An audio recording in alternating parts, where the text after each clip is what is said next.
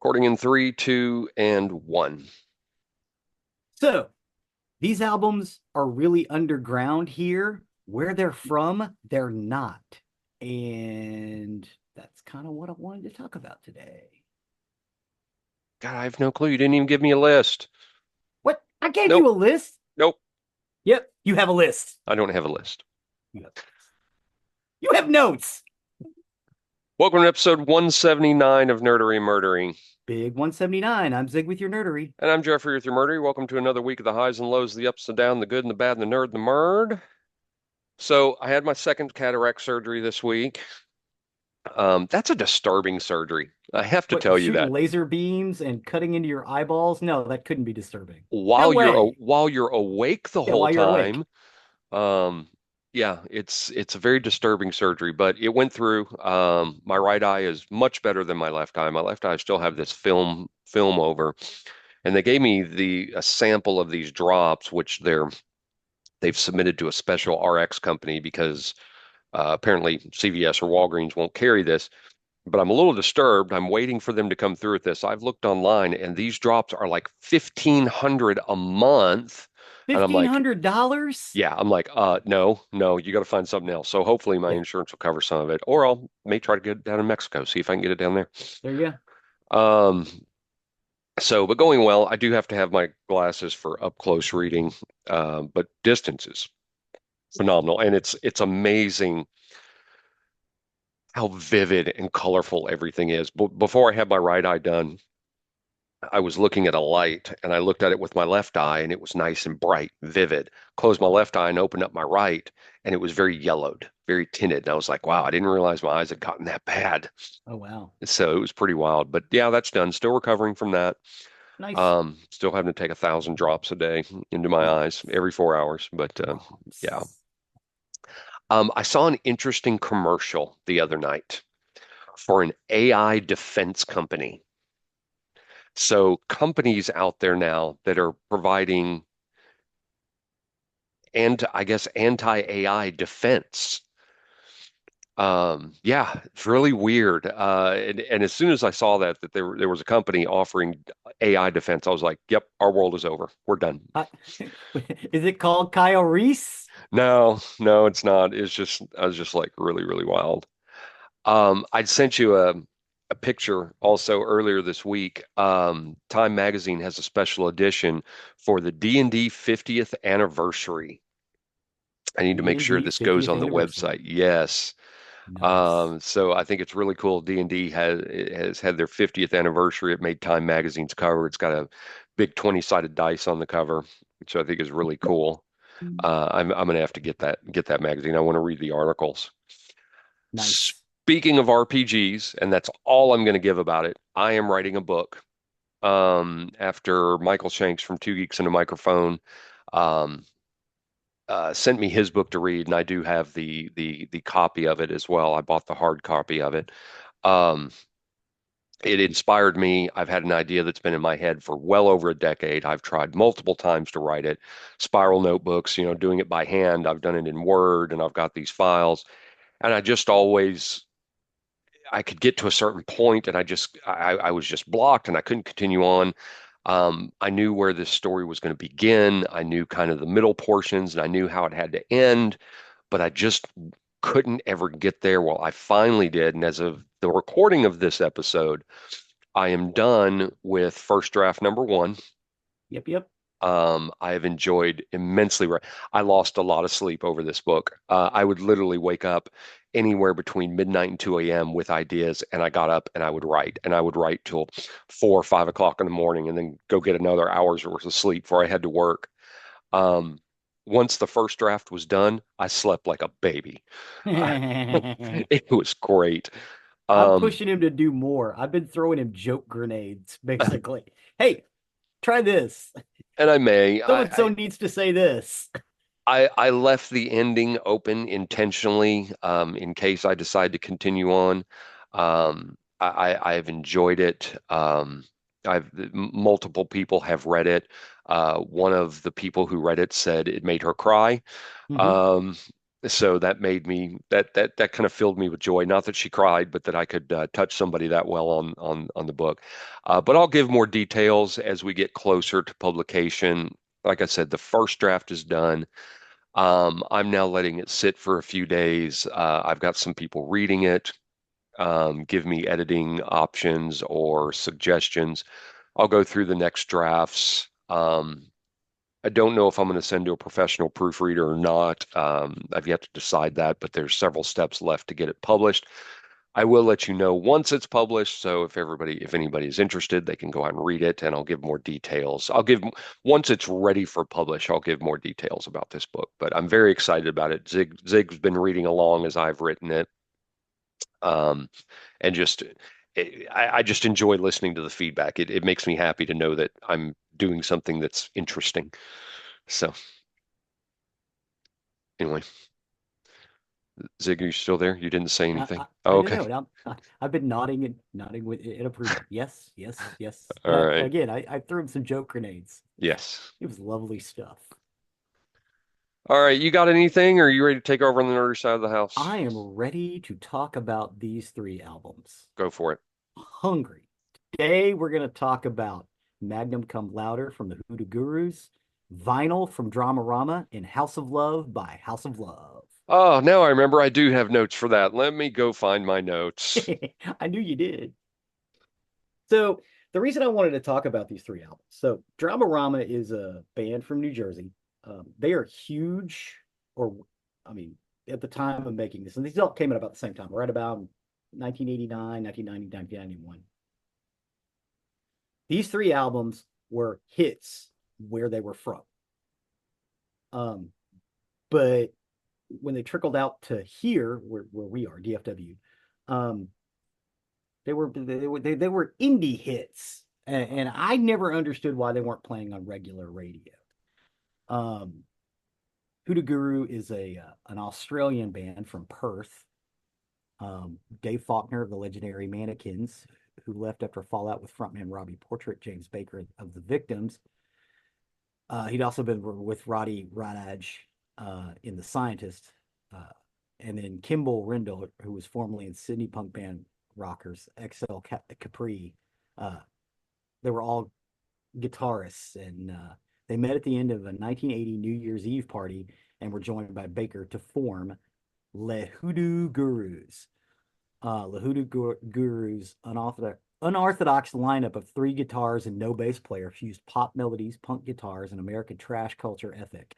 This was captured on their first single, Leilani, released in October of 1982 on Phantom Records. This told the story of maiden sacrifice to the gods in an erupting volcano while their true love looked on helplessly.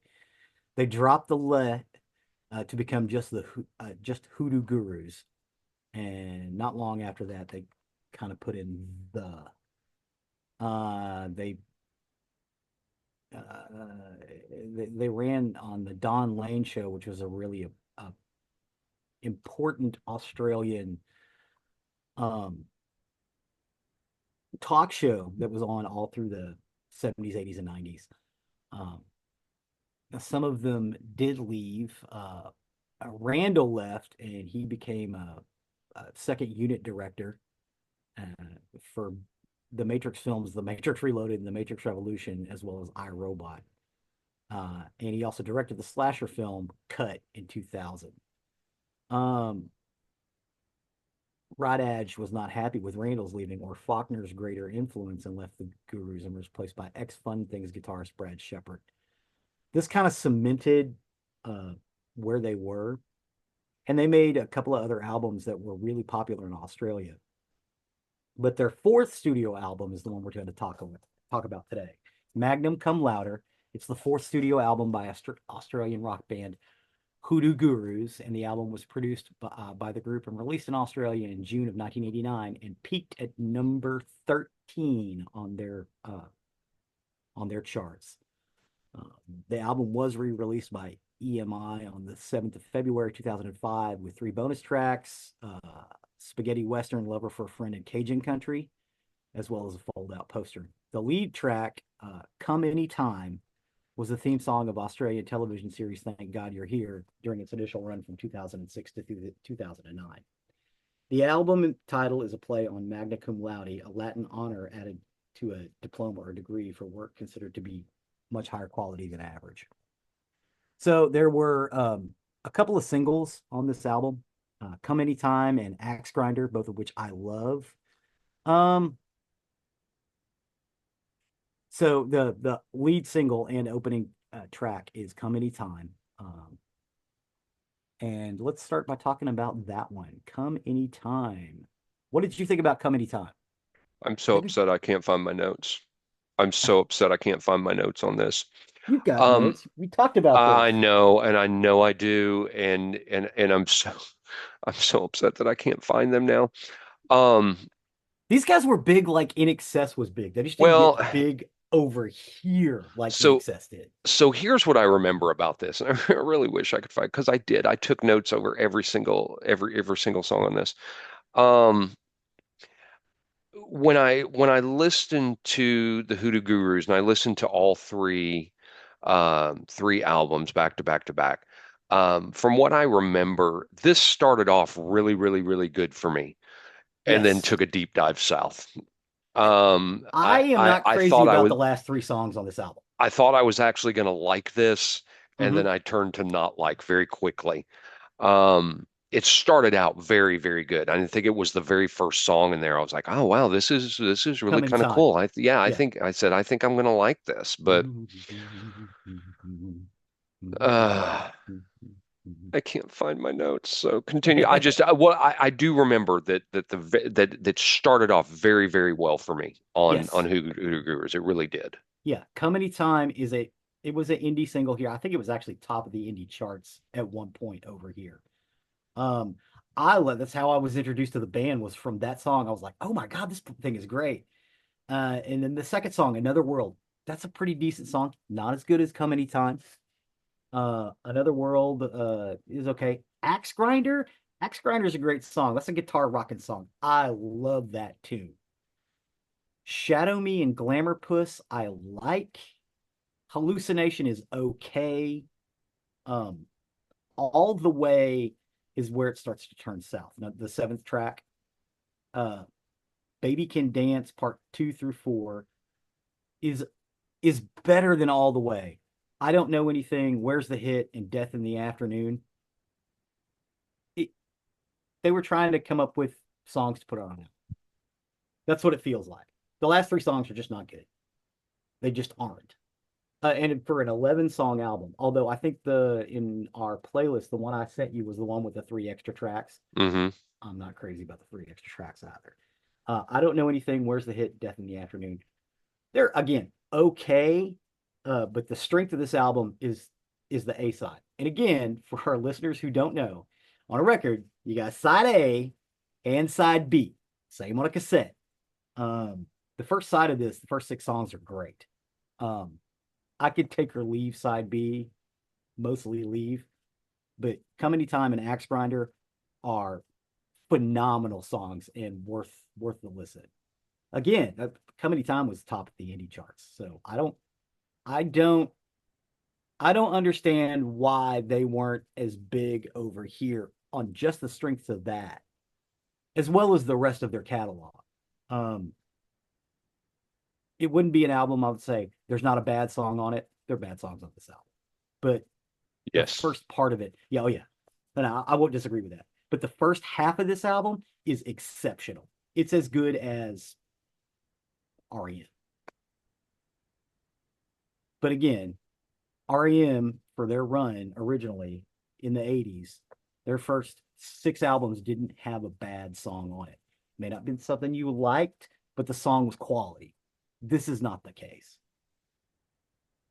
Did you find your notes? No, not yet. I'm still looking. So yeah, they're but these guys in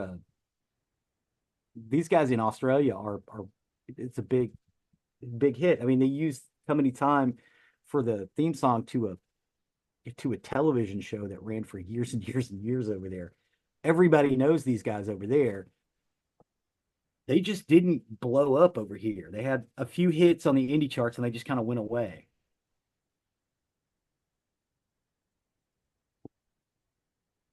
The next album is Vinyl by Dramarama. In 1982, Dramarama formed in the basement of a record store in Wayne, New Jersey, owned by founding member Chris Carter. Carter operated the alternative record store Looney Tunes Records, previously known as Dirt Cheap Records. Initially, the lineup consisted of singer-songwriter John Easdale, Mr. E-Boy, Mark Englert, and Carter, later joined by Peter Wood on guitars and Ron Machuga on drums. The evolution in combined effort prompted the emergence of the DPW, a local parody named in honor of their hometown Department of Public Works, and reincarnation, the Fucks. The band emerged in North New Jersey, where at the time there was a scene with the radio station WHTG 106.3. Sorry, I've got a New Yorker in the room who recognizes some of this stuff. Princess Lattimore. She wanted to see how podcasts are made, so she's watching it. It's like, it's not that interesting. It's more interesting once they're out.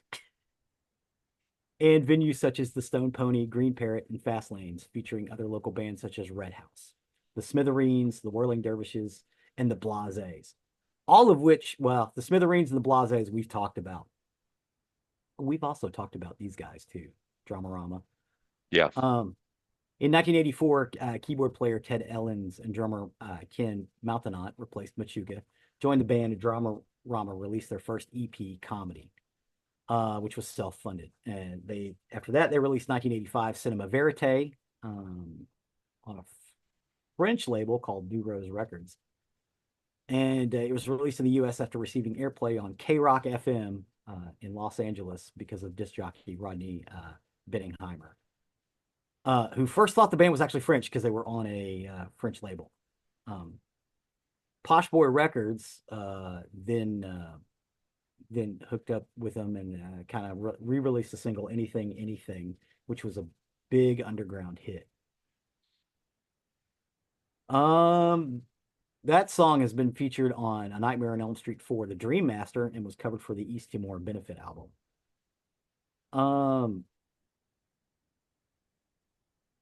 Vinyl was their fourth album by Dramarama. So let me explain. I'm going to borrow the Podback machine for just a second. We have a little local radio station called KDGE The Edge. And every summer, and actually when they first started doing it, it was every 6 months, would have this big concert. 1 year, instead of just booking local bands, they booked other indie bands that were on the precipice of blowing up. They had on that show Dramarama, Nirvana, Pearl Jam. I went to that show, by the way. It was miserable. It rained the whole time. It was outside. Trying to think of who else was there. I know Pearl Jam, Nirvana, and Dramarama were there, as well as I think Throwing Muses was there too, and I love Throwing Muses. You know who the headlining act was? Mm-mm. This would have been 1991. Smells Like Teen Spirit had just come out. Dramarama. Dramarama was the big band of the night because they were the indie darlings at the time. The Seattle sound had not quite blown up yet. It was just starting to gain momentum. And it took Pearl Jam about a year. They released 10, and it took about a year for 10 to really hit the airwaves. I did see them play Jeremy, and I did see Nirvana play About a Girl, which I thought were really good live. Although it was at the Starplex, which is an amphitheater with a lawn area. We had lawn seats. There was a giant pit with mud everywhere. I was miserable the whole time. We left before Dramarama played because I was cold and wet because it happened October-ish, about this time that we're recording this, mid-October. It was terrible. And I was so pissed because I wanted to see Dramarama. I was like, Pearl Jam's all right. Yeah, Nirvana's all right. Yeah, they're getting some airplay, but it's not anything, or Haven't Got a Clue. So the track listing are Until the Next Time, Haven't Got a Clue, which was an indie hit, What Are We Gonna Do, Classic Rot, Memo from Turner, which was a song, it was cover by a Rolling Stones song, Train Going Backwards, I've Got Spies, In Quiet Rooms, Ain't It the Truth, Tiny Candles, I'd Like to Volunteer, Please, Hmm. and the hidden track, Steve Is Here at 108, which I kind of like. But the track is indexed as 12 through 99 if you're on a CD. Um, but yeah, these guys were the indie darlings of the time. I like every song on this album. What did you think about Vinyl by Dramarama? Well, shit, I don't know. I can't find my notes. You don't remember the second album? I do, and I really wish I could find my notes on this. I think I might have changed my laptop out since I did those notes, so I'm checking my other laptop right now. Oh, okay. Continue on, and Okay. I'm gonna see what I can Okay. find. All right. So haven't got a clue. Um, I heard that after I'd heard anything, again, which had been on a an album or a soundtrack for one of the Nightmare on Elm Street films. Hmm. And I love anything. It's just a rocker. These guys are a hard charging rock band. Um, Especially that northern New Jersey sound, which had like the Smithereens and the Plimsolls and trying to think of the Blazes. Love the Blazes. This the Whirling Dervishes. They were playing a place called the Stone Pony, which was a big place in New Jersey at the time. Um, I like Steve Is Here just because I think it's funny. But Until the Next Time is a great song. Haven't Got a Clue is just it's amazing. Uh, Two Kittens Die on Christmas is the first line of that song. It's just like wow. What Are We Gonna Do is a great one. Classic Rot. I love that one. Memo from Turner, which is an album track by the Rolling Stones, and I can't remember which album it's on. Um, I'm not crazy about, but I don't think the Rolling Stones have made anything remotely good since Some Girls. I think they're going on bravado and past glories, Hmm. you know. No, I'm not a big fan of the Rolling Stones anyway. And they got sued by Willie Dixon for basically ripping him off on their first two or three albums. I, it's like I kind of think of the Rolling Stones the way I think about Aerosmith. Yeah, they had some good tunes, but they're just rockist. We've talked about that in the past. I don't like rockism. Just because you're up on stage, you don't have to live a a prolonged adolescent life, which leads to excess, which leads to bad music. Right. You should be a musician first. And again, even if you're just a singer, you're still a musician. Your voice is your instrument. It needs to be about the songwriting. It needs to be about, and again, I've nothing against stage shows. It needs to be about the stage show, making the audience happy. Nothing against that. Production value means a lot to me. The same with making albums. It's a piece of art. That's the way you need to look at it. Right. Um, but a lot of these bands, they get away from all of that and it's just about making a product. And I think the Rolling Stones started making a product as early as 1970. And what's really sad is ever so often they would come out with an album that's really good, like Some Girls, which came out like 1980. Great album, but it was still a product. It happened to be a happy accident that album got made as well as it did. Um, Train Going Backwards is a good tune. I kind of like that one. I Got Spies in a Quiet Room. I like both of those. They're kind of hard chargers. Ain't It the Truth is fun. Tiny Candles is a little unusual, but I like it. And I'd Like to Volunteer, Please.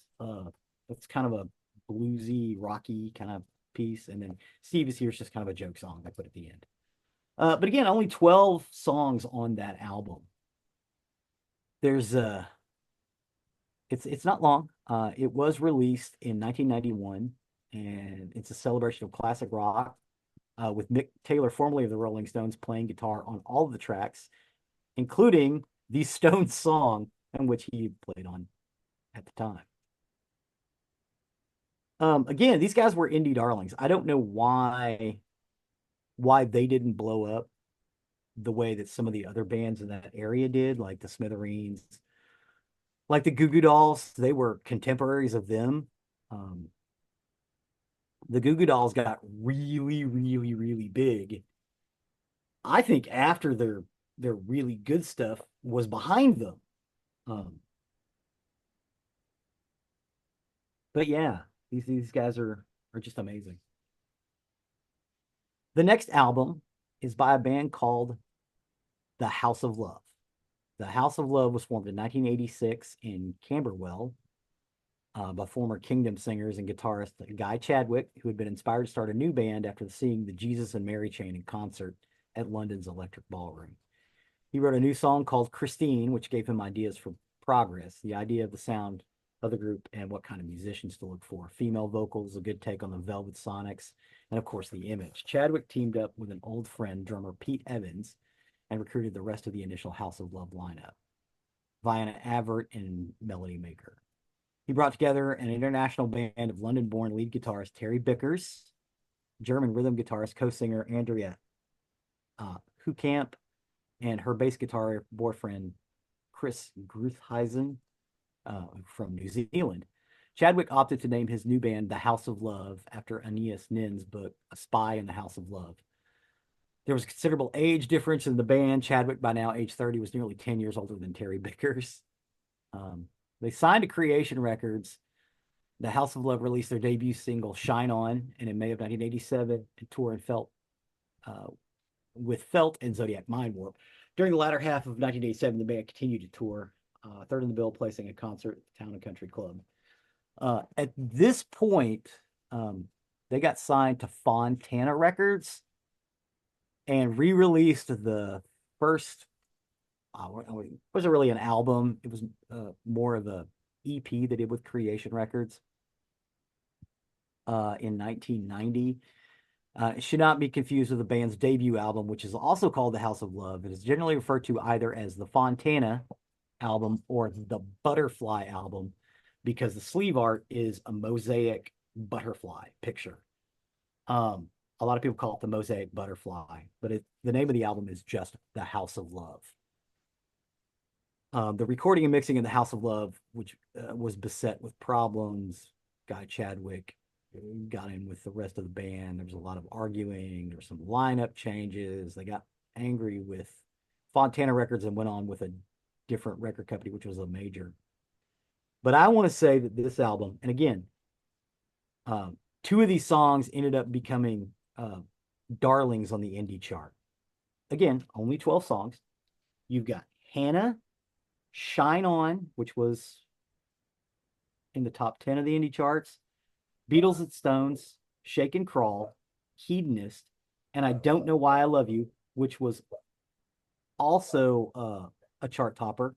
You've got Never, Someone's Gotta Love You, In a Room, Blind, 32nd Floor, and See Dest, which is a German-esque sound because they did have some German speakers in the band. What did you think about The House of Love? It's less rocky than the first two, but it's much more dream popish, which Well, is what I like about it. again, you're forgetting I can't find my notes. You still can't find your notes. No, I've looked and looked and looked. They weren't on another on my other laptop or anything. Here's what I remember. So I listened to this whole thing in the middle of the night Uh-huh. as I was working on some other stuff. And like I said, when we started off with the Hoodoo Gurus, I thought, hey, I'm actually going to like this. And Mm-hmm. then it continued on, and I liked it less, and I liked it less, and I liked it less. And I remember at one point thinking, he's punking me at this point. He's got to be punking me. No, the first side of the Hoodoo Gurus album is great. Second side, not so much.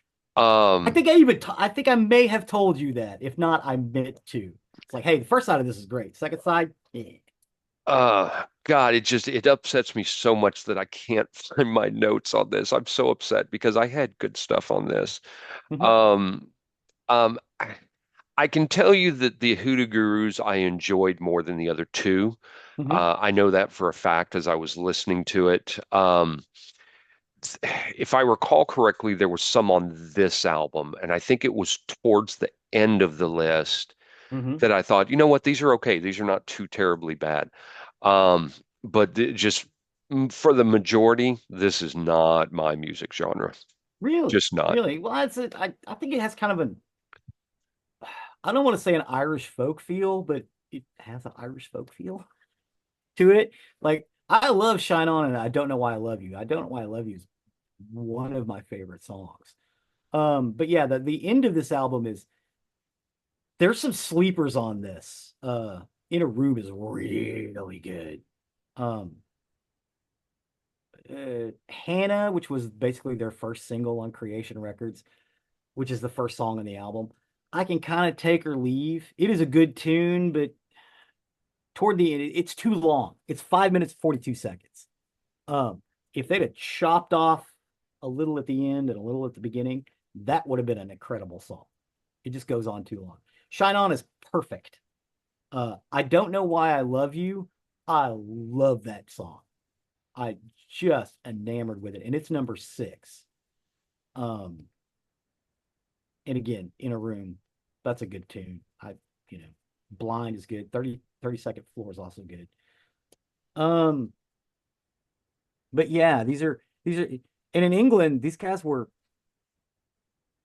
as big. Well, I don't want to say as big as the Cure or the Smiths because they weren't that big, but they were as big as some of the other um, major bands out of England that were coming out at the time. They just, for some reason, over here, I don't want to say fell on deaf ears, but I guess it really wasn't what we were ready to listen to at the time because I hear a lot of people later on that sound like the House of Love to me. Um, like 93, 94, even into 95. They have well, I don't want to say it. I'll do it the other way. To me, some of the album cuts of the Gin Blossoms, especially the stuff that the original guitarist who passed away wrote, sound a lot like some of these House of Love songs. And I'm thinking that dude had this album and heard it and processed it through into some of the recordings. Um, Doug's Doug Hopkins. Yeah, Doug Hopkins. Because the first two Gin Blossoms albums to me sound a lot like In a Room, Someone's Gotta Love You, and again, I Don't Know Why I Love You. But not the hits, the other stuff, the album cuts, like well, Mrs. Rita played uh got played on the radio, but Mrs. Rita sounds like the House of Love to me, as well as Competition Smile on the second Jim Blossoms album. Sounds a lot like stuff from the font or the Butterfly album. I keep wanting to say the Butterfly album. It's called the House of Love. So you were really into the last few songs in that It record? that I recall, what the world's going on here? Um, I just can't find anything on it. Which makes me so mad.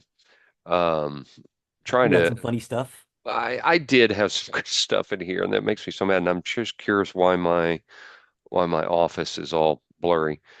Okay, there we go. There we go. Because I listened to all these in the middle of the night. Hmm. Um, and I remember very well once I started getting into it. And what bothers me is all my notes are supposed to automatically back up. Yes, They automatically back up to my OneDrive, and I've gone into my OneDrive, and they're just not just not there. there. Um, Do you think which you may have is deleted them by mistake? which is weird. No, I know I didn't. I just I just apparently went crazy, I guess, Okay. which is entirely possible that I just went crazy somewhere. I remember hearing these, and like I said, I very specifically remember liking at the beginning of the Hoodoo Gurus, um, which makes me upset that I don't have the rest of the stuff. Um, but the rest of it's just not mine. This is not my style of music for the most part, most of it. I do remember some of the last pieces of it um, being ones that I thought were okay. So you're just going to have to take Zig's word on this. I'm just gonna say I probably hated the doll. Most likely, I probably just hated the Go doll. to the YouTube playlist and listen to the stuff, dear friends, and check it out and figure it out. Again, I would say Shine On. I don't know why I love you. Haven't got a clue. Ain't it the truth? Come Anytime and Axe Grinder. You guys should all check those out. If you don't do anything else, two songs from each album. Um, Go check those out. We'll wait. I'm not waiting. Okay, they're back. I love that. But yeah, that's basically it for those three albums. I love all of that stuff, and I don't understand why this wasn't playing on major radio, and a lot of this stuff got overshadowed on indie radio because again, this is the same time when the Seattle sound was blowing up all over indie radio and then took over mainstream radio. So these guys just kind of got left in that wake because that's not their sound. Um, so it's a shame to me because I think these guys could have had long careers. Um, all three of these bands are still touring, so you can go check them out. Uh, Cool. coming to a town near you. Well, give a listen to it. Go out to the YouTube playlist. I know for a fact that's where I listened to it, and I know for a fact I wrote notes somewhere. I just have no idea where I saved it. And like I said, my files auto back up. My word is on auto save and it auto backs up to my OneDrive. So something weird happened somewhere. Maybe I just overwrote it. I have no idea. So Also, we have weird. a guest who's watching from the background, a friend of mine who wanted to see how podcasts work. So if you see a head poking up, that's who that is. Awesome. All right. Well, with that, we will step over to the murdery side of the house. Murder. For today, I got my information off Oregon Live, Wikipedia, Medium, and the Madras Pioneer. And this is the story of John Ackroyd. John Ackroyd. So, John Ackroyd Any was relation? nope, nope, Okay. nope. Thought about that already. No relation to Dan Aykroyd, which is why the name stood out to me in the first place. So John Ackroyd was raised in the small logging town of Sweet Home, Oregon. His father was a maintenance worker and his mother an office worker at the police department in Sweet Home. He had an older and a younger sister. And during his school years, he was a loner who was bullied. His high school diploma indicated that he had been a special education student. He enlisted in the Army after having been accused of felony theft. Again, a lot of people were offered prison or the Army, Yeah. your choice. Yeah, you can go to the army or you can go to jail. He worked overseas as a mechanic and he was caught stealing equipment. In 1977, he began working for the Oregon Department of Transportation, called the State Highway Department at the time, along U.S. Route 20 that ran east to west across Oregon. He was responsible for clearing wrecks, helping people whose cars broke down on the highway, and maintenance. He married Linda Pickle in the 1980s. She had two children already, Rashonda and Byron, and they lived at Santiam Junction, a state highway division compound at the junction of Oregon 126, Oregon 22, and US Highway 20. Other highway workers also lived there, but there were few children. And after 1 year, the couple divorced, but they continued to live together with Linda's children. On the afternoon of July 10th, 1990, 13-year-old Rashonda Pickle decided to spend the day lounging around the house she shared with her brother Byron, mother Linda, and stepfather John, who really kind of wasn't stepfather at the time. Um, On a summer break from school, she'd planned on catching up on her favorite TV shows while her parents were from work. That was a big thing in the 80s, just catching up on your TV. Hmm. Linda later recalled that she had left Channy, as she was known, a list of household chores to complete as she idled away her day. Um, she was a cleaner at a resort near Sweet Home, Oregon, and Linda had headed off to work early that morning, as had John. Um, but as I said, they had divorced a year earlier, so the Hmm. fact that they were calling her stepfather was, it was just a title at that point. They weren't really married. Um, he was unable to make ends meet without the substantial money he earned as a highway mechanic for the state, and so she had allowed her former spouse to continue living with the family despite the breakup. Okay. So the events of that afternoon are kind of shrouded in mystery, but what is known is that John had knocked off early from work, later explaining that a part he needed to repair a snowplow had not been delivered in a timely fashion. So, with no means of completing his assignment for the day, he said he headed home. And according to John, Channing had been on the sofa watching TV when he entered the home, which was a small community situated at the juncture of Highway 20, often referred to as the Lost Highway. Figuring she was tired of hanging around the house, he suggested they go for a drive. She declined, though, because she had a list of chores she still had to do. But not wanting to waste the day, John said he set off for destinations unknown, which left Channing home alone once again. When he returned home some 2 hours later, there were no signs of her. Later on, John picked Linda up from work, and they discussed Channy's absence, but neither of them had found her sudden disappearance concerning. So instead of leaping into action, they had gone home where they had dinner, which followed by sex at John's request. Um, this last part was almost unheard of because apparently John had a low libido. Hmm. And when an investigation was finally launched into the case, authorities took note of the odd timing of this very rare show of intimacy. It was only after night had fallen over the valley that Linda wondered aloud if something had perhaps happened to her daughter. And she was also perplexed by the fact that Channy had neglected her chores, which she had been assigned because she was a reliable child and she often bent over backward to please her mother. And it Yeah. wasn't like her to shirk her Yeah. She responsibilities. she got her list done. Yeah. Right. Um, Sorry, I have a squeaking dog down there somewhere. So John was unbothered by this, and he advised Linda to just wait a day before getting law enforcement involved. And with that, they just pushed the thoughts of Channy aside and watched a movie and then went to bed. Thought was very odd. Hmm. But anyway, there was It no was the word. 80s, man. I know, but okay. So in the 80s, I had to be home when the street lights came on. Yeah, but wasn't she like a teenager? She was a teenager.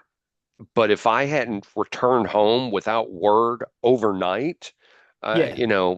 my parents would have been worried well before morning. Yes. Yes. Um, so there was no word from Channy by the morning, and so Linda called the police. And the officer who took the reports noted that there was no sense of urgency in her voice as she explained that her daughter, who was a homebody who never wandered off on her own, hadn't been seen since the previous day. The officer asked why she hadn't called sooner, and she stated she thought that 24 hours had to pass before someone could be considered missing. Not And true. no, and it didn't do any good at this point, but the officer did inform her, no, that rule did not apply to minors. Yeah, that's just a good rule to put out there. If they tell you somebody has to wait 24 hours, push, Hmm. push. Because it's not true It anywhere. is not true. It's not true anywhere. As we have discovered, Yes. not true anywhere. You No. do not have to wait 24 hours for a missing person, Um, especially a minor. 100%. So there was a search of the family home, but then nothing was uncovered. There was no signs of a break-in. There weren't any indications that a struggle had taken place. None of Channy's personal belongings were missing. So that led detectives to believe that if she did leave on her own, she didn't plan on being gone long. So the investigators' curiosity was piqued when they went to have a word with John and found him furiously painting the tailgate of his truck. Seeing as how he was the last family member to see Channing before she vanished, they found his sudden need to slap paint on his vehicle a little suspicious. Hmm. So they began questioning him, but rather than focus on that, John made inappropriate comments that dealt mostly with the missing girl's physical attributes. He described her as pretty, and he had marveled about how quickly she had developed in recent months. He couldn't remember her birthday, but he had no trouble rattling off her bra size, despite the fact that no one asked. Mm-hmm. He also knew the last time she had menstruated. Mm, When he had been shown a pair of panties that had been discovered in a wooden area not far from the house, he became visibly aroused. mm. Officers did enter the undergarments into evidence on the assumption that they had belonged to Channing. And although they didn't have probable cause to arrest John Ackroyd at the time, investigators suspected that the girl had met with foul play at the hands of him. After speaking with some of her friends at school, they knew they were on the right track. Channing's best friend told detectives that John had been sexually abusing her for months, if not years. The situation had become so intolerable that Channing would bring an overnight bag to school every day in the hopes that someone would take pity on her, allow her to sleep over at their house. Several of Channing's other friends corroborated this. They added that she would often say she was afraid of her stepfather, who abused not only her, but also her mother and brother. She feared being alone in the house with him and would go out of her way to avoid being in his presence. And it was clear to detectives that she never would have stayed in the house on the day she was last seen had she known that John would be coming home early. Other disturbing facts the investigators got about the inner workings of the household from acquaintances of the family who preferred to keep their names out of the news. They contended that the abuse was common inside the home, most often dished out by John. Linda's children had suffered regular beatings at the hands of John, and on more than one occasion, Channy had come to school with her eyes blackened. She would also be seen with bald patches where portions of her hair had been forcefully yanked from her head. Since Wow. these incidents occurred back in the day when school officials weren't required to report suspected abuse, the adults who saw the girl's dire condition had simply looked the other way. That was very common back then. They would Very just, common. and not just school officials, but adults in general Hmm. would just look the other way, thinking, I don't need to get involved. This I is do not not some, need to get involved in this. I do not need to get involved in this. I do not need to get involved in no. this. And that's a terrible thing from that Yes, time period, but I'm telling you, it was common. very, very common. Um, so when Kids, John's, out if you're out there listening, if you you're want out, to have some tough conversations, talk to your Gen X friends. oh yeah, Talk to them because yeah, because it's a lot of them. yeah. So when John's employers learned that he had kicked off halfway through the day, they were livid. Not only had he left without asking, he'd also neglected to complete his workload. His story about being unable to repair the work plow due to delayed parts was pure fiction. There was never any shortage of vehicles that needed fixing, and John should have known that. So in the coming weeks, detectives would pay John numerous visits, each interaction more bizarre than the last. Ostensibly to aid in the investigation, he would offer his theories regarding of what had taken place on the day Channy disappeared. He speculated that she had been taken by surprise by someone who found her in the home, alone and vulnerable. After hitting her on the head with a blunt instrument, her abductor had tied her up and placed a gag in her mouth to stifle her screams. Once she was subdued, the stranger had taken her into the woods and assaulted her at knife point. He had then killed her and wrapped her body in plastic before dumping her in an area where she was unlikely to ever be found. I found this fascinating that he had all this information. Oh yeah. Hey, I think I know what he did. I think he did this. And then laid it all out. So, unable to hold back any longer, detectives asked John Ackroyd if perhaps he had harmed Channy by accident and disposed of her body without considering the possible repercussions of his actions. He didn't take offense at this. As a matter of fact, hadn't seemed least bit bothered by the suggestion, but he didn't take the bait. He just denied having an involvement in her disappearance, reiterating that his disturbing descriptions of what happened were purely conjecture, although awfully dead on. Hmm. The case was presented to District Attorney Bill Hanlon, and John's name stood out to him like a sore thumb. He knew something that the investigators in Channy's disappearance didn't, namely that the girl's stepfather had been a person of interest in the abduction and murder of a jogger over a decade earlier. Huh. So on Christmas Eve, 1978, 35-year-old Kay Turner was vacationing at Camp Sherman, Oregon, with her husband Noel and a small group of friends. Around 8:15 that morning, she decided to go for a run along the snowy country roads. When she failed to return by 10 o'clock, her husband went looking for her. And after scouring the roadway and finding no signs of her, Noel, who was beside himself with worry, called the sheriff's office. There was an organization which had ensued, but Kay seemed to have vanished into thin air. There were two sets of footprints found in the snow, one larger than the other, and there were also signs of a violent struggle, along with drag marks leading off the pathway. The realization that Kay had been taken by force by a very large man didn't bode well for her chances of survival. And once investigators learned that the marriage had been rocky for quite some time, Noel became the suspect in his wife's disappearance. After friends who had accompanied the couple on their trip alibied him for the morning in question, he was cleared of any wrongdoings. And with no eyewitnesses and no evidence that a crime had been committed, the case soon went cold. Noel returned to the couple's home in Eugene and lived for a time in a state of limbo. 8 months, though, after she had been last seen, a man contacted Oregon authorities to report the discovery of human remains in a wooded area that was well off the beaten path. See if this sounds familiar. Rather than simply stating he had found skeletal remains along with a pair of panties that had been cleanly cut from the victim's body with a sharp instrument, the caller had made a point to say that the skull and various bone fragments were those of Kay Turner. While the caller's Huh. positive identification of the remains turned out to be true, it was something he couldn't have possibly known at the time. Hoping to claim the sizable reward that was given for the information in the case, the individual who had made the grim discovery had given his name without hesitation, John Ackroyd. Of course. Coincidentally, or maybe not, John Ackroyd had been spotted near Camp Sherman on the day that Kay went missing. And while this wasn't damning in itself, since his position as a highway mechanic often brought him to the area, the fact that he was seen by a witness driving past the exact spot where Kay was jogging at approximately the same time given investigators pause. John had been interviewed at the time, and he had freely admitted that he had seen Kay running along the side of the road, but he insisted that he hadn't interacted with her in any way. He would later amend this account, admitting that he had spoken to her briefly before continuing on his way. And when asked what brought him to the locale in the first place, he claimed that he had gotten off work at 6:30 that morning and decided to spend the next few hours hunting coyotes. In time, investigators would come to the macabre conclusion that deer and coyotes were John Ackroyd's code words for women. Aware that he had been associated with Kay Turner's abduction and murder, detectives asked John Ackroyd if he found it strange that he was the last person to see two people who had later come up missing. They said he was unfazed by this, and he responded that he simply had a knack for being in the wrong place at the wrong time.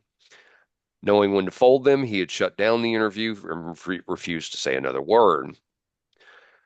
So much to the consternation of investigators who were certain that John Ackroyd was Kay's killer, they didn't have enough evidence to take the case to trial. As much as they wanted to lock him up and throw away the key, knowing that they would only have one shot in front of the judge, they decided to buy their time and hoping that John slipped up. Now, with Chaney missing, John's name was once again buzzing in the minds of law enforcement. 7 police agencies joined in the search for the little girl, but found nothing. After 3 long years of looking for her in every conceivable place, the search was suspended. Investigators determined to bring John to justice by hook or crook revisited Kay's murder, and they took a deep dive into the case file, which revealed that John had been in the company of a man named Roger Dale Beck, who lived near Lake Sherman on that fateful Christmas Eve. Um, when interviewed at the time, Beck's wife Pam claimed that the pair had hung around their trailer for most of the morning, and her alibi helped cast doubt on John's involvement. Upon further digging, detectives found that Pam had divorced her husband in 1990, and hoping that the end of the marriage might jog her memory, they decided to pay her a visit. In 1993, after tracking her down some 750 miles away in California, investigators asked her to recall the events of the winter of 1978. She said she didn't remember much, but she did know one thing: she had lied to protect her husband and John. She carried this burden for over a decade, and she was ready to tell the truth. She related that on December 25th, John had shown up early in the morning unannounced. They sat down to Christmas Day. breakfast. Huh? Christmas Day. Christmas Day. Yes. They sat down to breakfast, and then he and Roger had left, saying they were going to go poaching for deer, and she didn't see him again until the next day. When they returned, both men were covered in blood. Her husband's clothes had been so saturated she had thrown them away, fearing they would ruin the washing machine. And over the course of the next few hours, as they drank, the men boasted that they had taken turns raping a woman before killing her with a bullet to the head. Realizing they had said too much, they warned Pam to keep her mouth shut or they would do the same to her. Detectives at that point were convinced they had a strong enough case to present to the district attorney, and they sought an arrest warrant for John Ackroyd. Having seen the writing on the wall, John Ackroyd gave up without a fight, and although it had been a long time in the making, everyone knew this day would eventually come, even to him. And in the summer of 1993, he would stand trial for the abduction, rape, and murder of Kate Turner. Roger Dale Beck was picked up a short time later and faced similar charges. The men investigators had pegged his case killer were locked up and they couldn't harm anyone else. During John's trial, it was revealed that he and Beck had happened upon Kay as she jogged across an isolated back road. The pretty blonde attracted them, and they abducted and raped her as she begged for her life. Her pleas fell on deaf ears, and they stabbed her several times before shooting her dead. They had then butchered her remains before scattering them in the woods, confident that wildlife and the elements would take care of the rest. In what turned out to be a turning point in the trial, a school teacher named Jane Morris took the stand to recount how she had been biking near Lake Sherman only weeks before Kay was abducted and murdered. She was 24 at the time, and she had been alone on a back road, very much like the solitary jogger from Eugene. She was pedaling along on her way home from work, and she spotted a man standing beside a pickup truck parked alongside the road. As she grew nearer, the imposing figure pulled out a gun and ordered her to stop. She made a split-second decision, the one that probably saved her life, and she sped past him, expecting at any moment to be shot in the back. But fueled by adrenaline and fear, she made it home safely.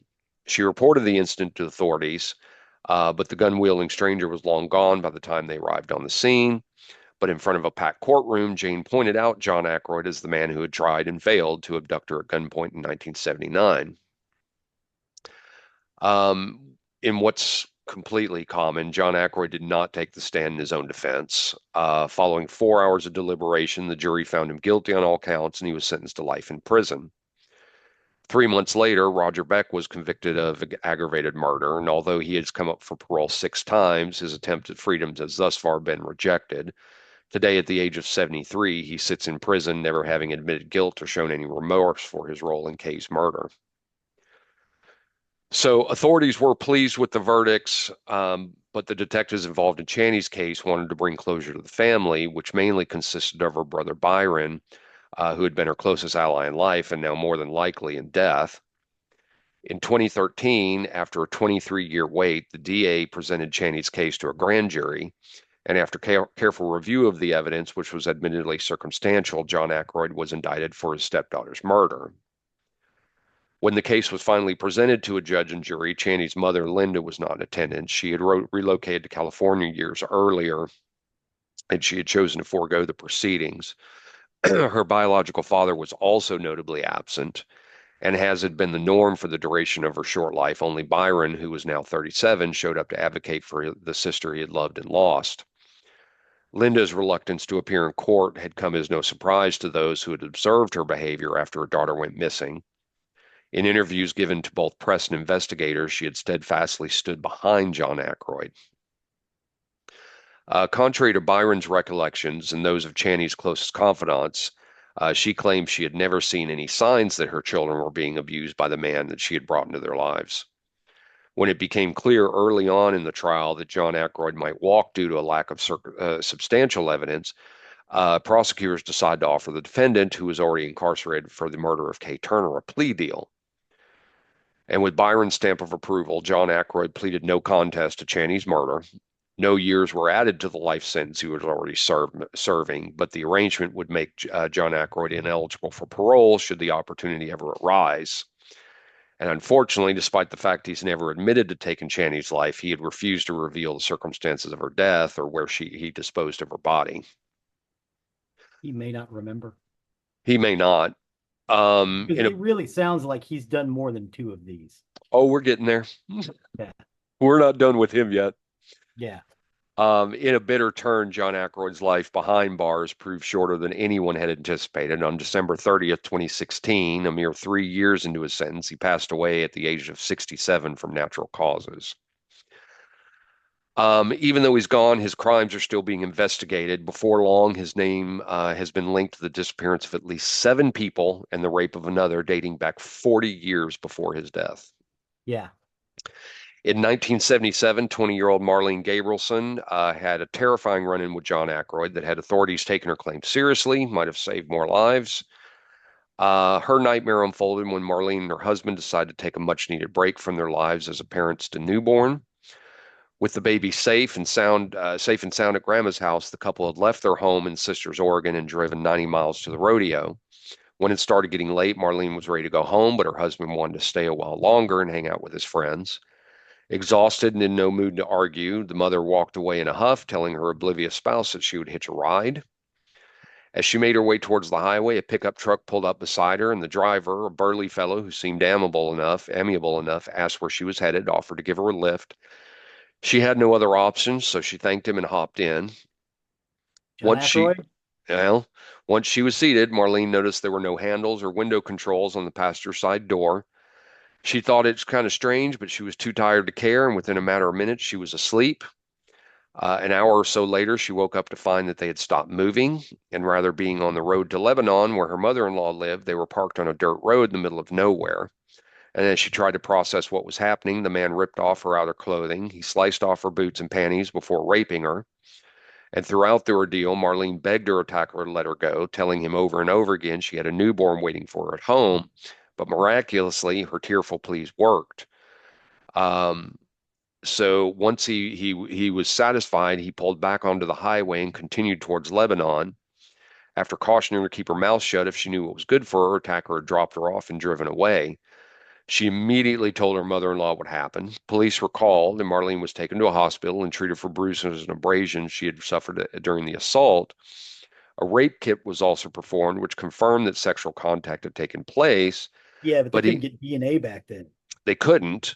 Um, but uh, but the thing about it is, officers didn't even believe her version of the events. They knew she'd been drinking that evening, which led them to believe she concocted the story to cover up the encounter with the stranger that she had met.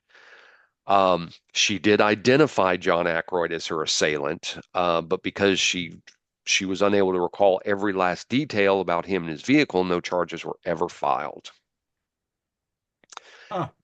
In May of 77, 14-year-old Rodney Grissom and his 15-year-old girlfriend Karen Lee ran away from their homes in Oregon, destined for California. They wanted to experience life to the fullest, and their last communication with family members was made from a payphone in Sweet Valley, which happened to be where John was living at the time. This pair hasn't ever been seen or heard from since.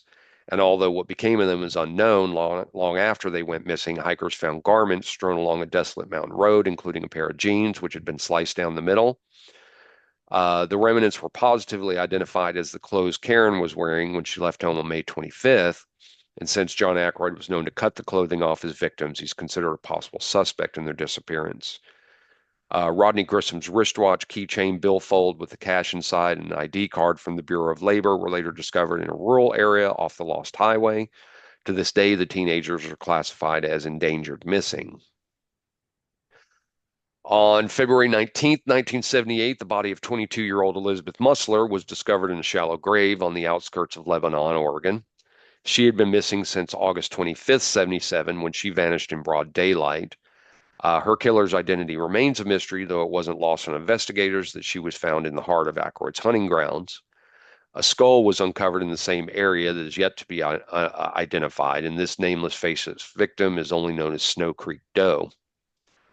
Another instance, a skull was discarded along a pile of tattered clothing in a wooded area off that highway, and this was dubbed Swamp Mountain Doe. And all authorities know is she was a young woman who met with a violent death, nothing more.